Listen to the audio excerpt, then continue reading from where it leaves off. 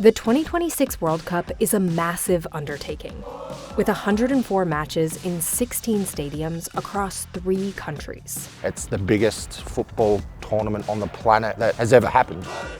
And one of the biggest challenges is creating consistent surfaces for the tournament to be played on. FIFA requires a natural grass pitch. That's the first and foremost. It has to be natural grass. But in many stadiums, installing natural grass has never been possible. All of the US venues are NFL stadiums, which use smaller fields. And grass is fussy. It needs oxygen, water, and massive amounts of light. We're talking 6-7 years for this pitch project just to happen, and now it's reality. We can look at this one where there's different fertilizer. 3 o'clock in the afternoon, this is the equivalent of the sun coming up.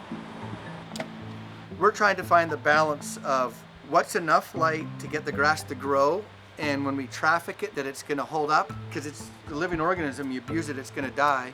And that's kind of what we've worked on for the last 3 years inside of this building.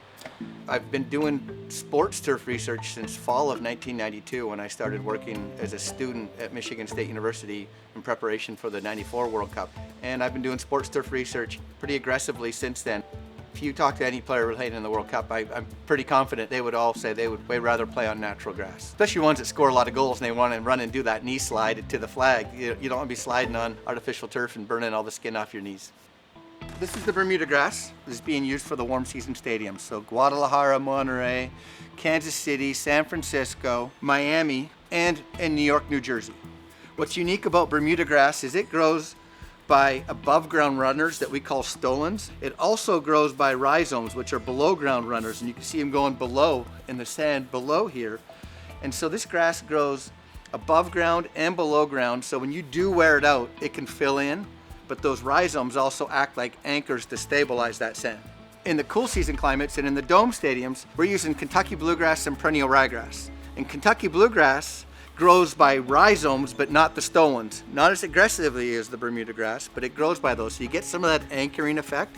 Think of the pitch as a layer cake that's built directly on top of the stadium's existing turf. First is either a gravel or modular plastic layer, packed with drainage pipes to prevent flooding. On top of that are several inches of specialized sand, giving the roots room to breathe. And finally, the playing surface that you actually see on TV. A thin 1 3/4 inch shell of living sod.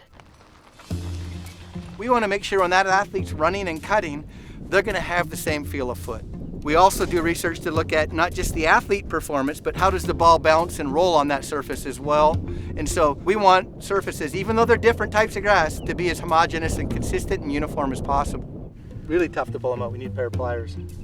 So this is the Flex device. This is a device we developed at the University of Tennessee and can simulate a foot strike of a foot hitting the surface. If the surface isn't very good, like a natural grass surface, it might tear up or divot. We can test different surfaces, all with the same weight and the same cleat, so we can look at the variability of the surface.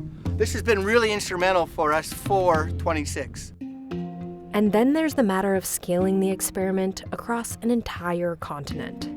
We've had to bring the grass from Denver, Colorado, because the type of grass that's growing inside this stadium is a cool season grass, and typically we're not able to establish cool season grass in Texas long enough to make a sod that's transportable. The delivery is a race against time. A stadium's worth of sod has to travel in dozens of refrigerated trucks with rotating drivers keeping the shipment moving around the clock. The stadiums need to prepare the infrastructure in advance so that the sod can immediately be laid down and the roots can begin to expand.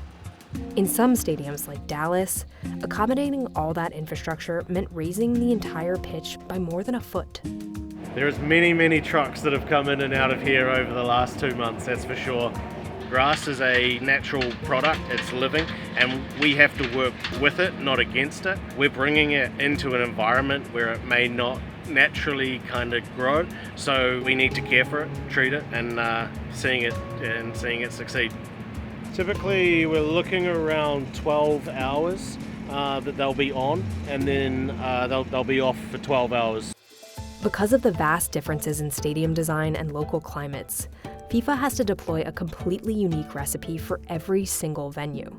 In Mexico City, stadium managers had to cultivate a grass variety the high-altitude venue has never grown in its history.